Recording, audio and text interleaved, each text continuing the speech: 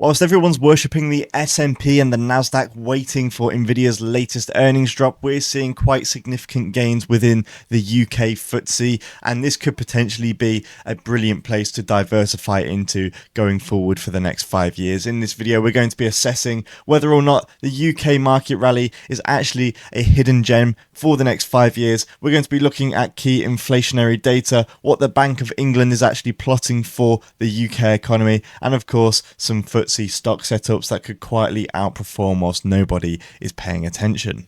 So year to date, currently the FTSE is actually up 7.27%. When you compare this to the S&P, we can actually see that the FTSE is doing much better, as the S&P is only actually up approximately 1% as of recording this on a year to date. So it's clear to say that the FTSE is definitely outperforming American markets currently. I think that's just mostly due to the lack of volatility, although here we did actually see a lot of volatility in a similar time period as when we did with US tariffs, because they were a global sanction essentially affecting everyone. So we did definitely see that in the UK markets, but it was nowhere near to the level in which we saw in the US. With the average price to earning ratio for the FTSE 100 being around 11 to 12, which is obviously compared to the premium subscription pricing in at 20 plus for the US markets, it's fair to say that this does actually look to be a relatively fairly to cheap value time for British markets. And not to mention that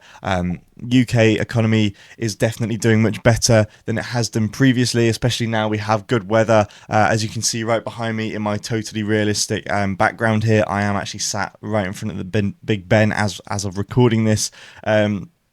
It's fair to say that the weather is definitely going to help spenders go into the retail sectors. People are spending more as the weather warms up, of course, and this is one of the hottest Aprils and Mays in which we've seen for probably like 4 years since COVID.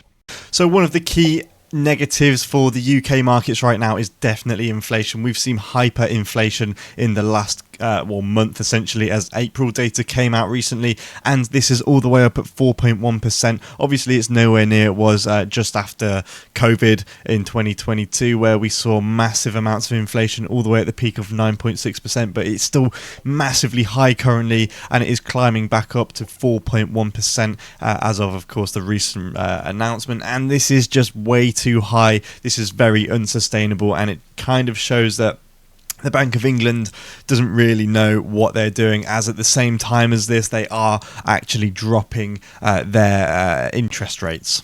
So also, as of recording this, currently we are seeing interest rates being set at 4.25%, and this has actually been slowly dropping down, which is weird despite actual inflation increasing here. As you can see, it's pretty much gone the complete opposite way in which it should have done. I think dropping interest rates right now is definitely a cause for concern, and kind of suggests that the Bank of England really just don't know what they're doing with interest rates at the moment. This could have a catastrophic lead on later on down the line, especially if these interest rates do continue to drop.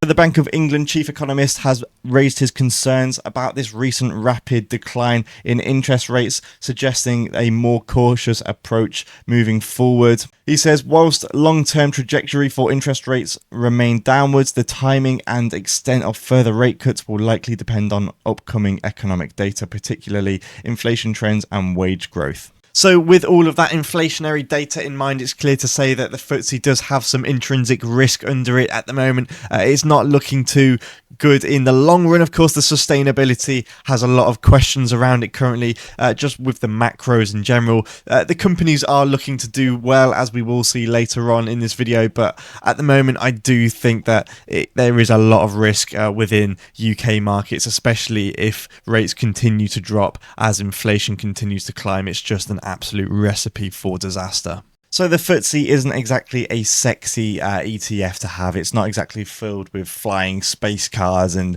AI and data centers like we're looking at within the American market. Obviously there's not flying space cars, but you know what I mean. It's more of a boomer portfolio, but in the best of times, the boomer portfolios do survive the worst of times. So it's fair to say that the FTSE is definitely somewhere that you should look to diversify into, as it does to an extent have a lot of repercussions from what's happening within the States, but there is a lot, it's a lot less volatile, to put it simply, and it doesn't tend to grow as much, obviously, but it does trade at a more sustainable rate. So now moving on to some stock picks in which I'm looking at, which could be affected by all of the mood swings of the Bank of England. And we're going to start this off by looking at Lloyds. Lloyds are currently trading at a PE ratio of 13, and they are expected to grow year over year at 26%. Now, it is fair to say that if interest rates do drop very suddenly, Lloyds is definitely not going to see a potential upgrade in this situation, as it's just going to shrink faster than the UK economy did after Brexit. So it's fair to say that this is one in which could potentially head downwards. But I think if inflation continues, this is a very good stock pick. And on a 6-month chart here, we can see that they are up 42%, which for a UK stock is massive. Another stock is B&M Bargains. Now, I did recently momentum trade this stock. It has fallen back down quite significantly ever since, but actually it hasn't really. It's kind of stayed at the same level. So I bought in around the $267 mark here, and I sold out around the peak of around, let's say, $333. I can't remember the exact number, but this stock does look to be relatively fairly to undervalued at these levels. And as inflation is going up, cost of living is definitely going up within the UK. People are turning to their cheaper alternatives for where they're buying their household goods or whatever they're going out for, and B&M is literally bargains and more. That's what they stand for, and I do think that they will do really well over the long term if inflation continues to rally and unemployment does actually also continue to rally, as people aren't going to IKEA for their desks or whatever. They go and buy like a really cheap £20 one. I mean, I did a video on B&M before, and you can buy a kettle for, I think it was £3, or a toaster for £3 from B&M. So they're a company in which will do absolutely fine if the economy takes a turn for the worst, and their dividend yield is all the way up at 4.3%.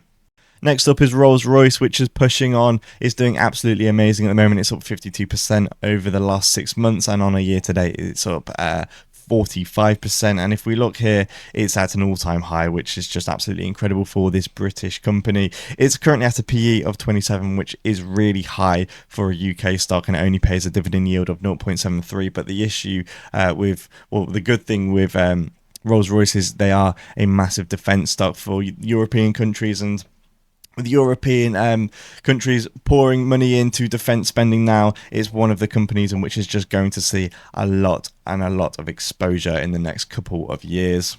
I'm really not sure how much further Rolls-Royce can go, but it does look to be as if it's growing at a rapid pace, and it doesn't really show any signs of slowing down, with over the last year being up nearly 100%. It's currently at 90%.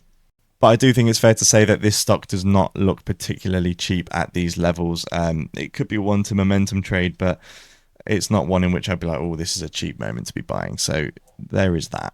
So on a day chart here, you can see that the FTSE really does have a lot of momentum. It is well above all of their exponential moving averages, and on a MACD, of course, when it loads, it's going to be in a long position. So that is fair to say that it does look to have the momentum, and it is currently, as of recording this, at a very I keep saying this word, but I can't think of another word, pivotal time currently. I really need to learn some new words, but it's currently at its resistance, and I think if it breaks through this resistance, the momentum will continue. Obviously, we're seeing deals with the US and the UK, which from a British person's perspective, I don't think either deal has been in our favour, weirdly. The US deal looks to be as if it's just slightly better than where we were before, but it's still worse than before the tariffs. And the EU deal, I haven't actually seen what we're going to be getting out of this, apart from making it easier to sell food within the EU.